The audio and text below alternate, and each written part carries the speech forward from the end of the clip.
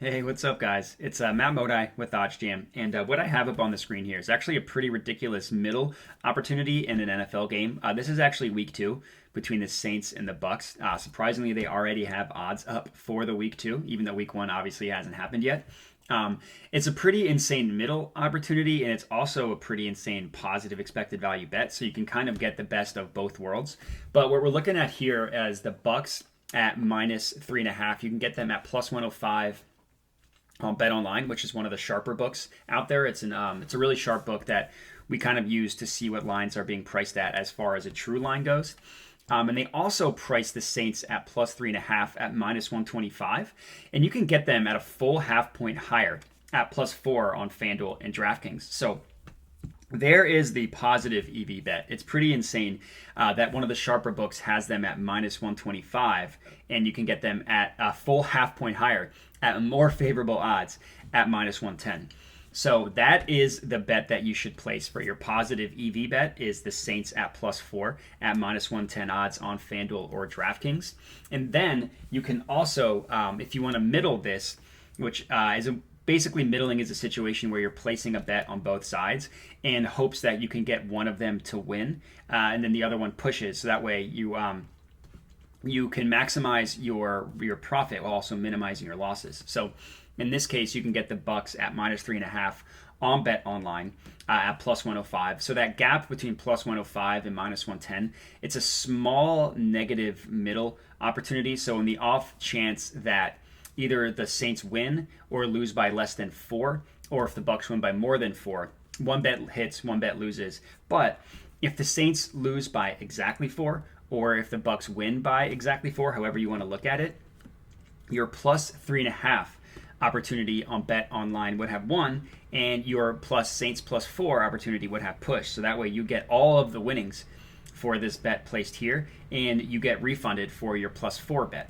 So it's a kind of a situation where you can, there's a lot of stuff in the air. There's two different, but both really valuable opportunities at play here. Like I said, one is a middle, and the other one is the Saints plus 4. So to confirm, if you want the Saints, if you want the positive expected value play, then you would take the Saints plus 4 at minus 110 odds on FanDuel or on DraftKings. The logic here, again, just to repeat, Bet Online, which is one of the sharper books, prices the Saints at plus 3.5 at minus 125, and you can get them at a full half, not a full, you can get them at a half point higher than that number at pretty significantly more favorable odds at minus 110. So that's kind of the logic of how this is a positive expected value play.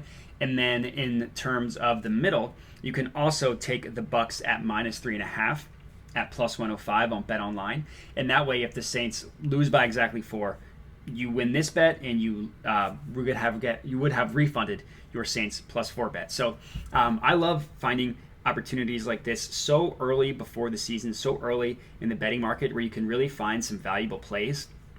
And just thinking about the Saints Bucks from a football perspective, the Saints just seem to have the Bucks number. Tom Brady is 1-4 in his 5 games against the Saints as a member of the Bucks. Now, granted, that one win was obviously the most high leverage of all the games, which was in the playoffs, the 2020 playoffs. The Bucks won in New Orleans, but every regular season game, the Saints had beat the Bucks. Even last year, when the Saints had a down year, missed the playoffs, they beat Tom Brady and the Bucks twice. In one game, they totally shut them out, just absolutely pants them. So I don't know what's up with the Saints and just seem to have Tom Brady's number, but getting them at plus 4, I think, is really valuable. So yeah, that's kind of the logic, the football reasons behind the positive EV part at the Saints plus 4.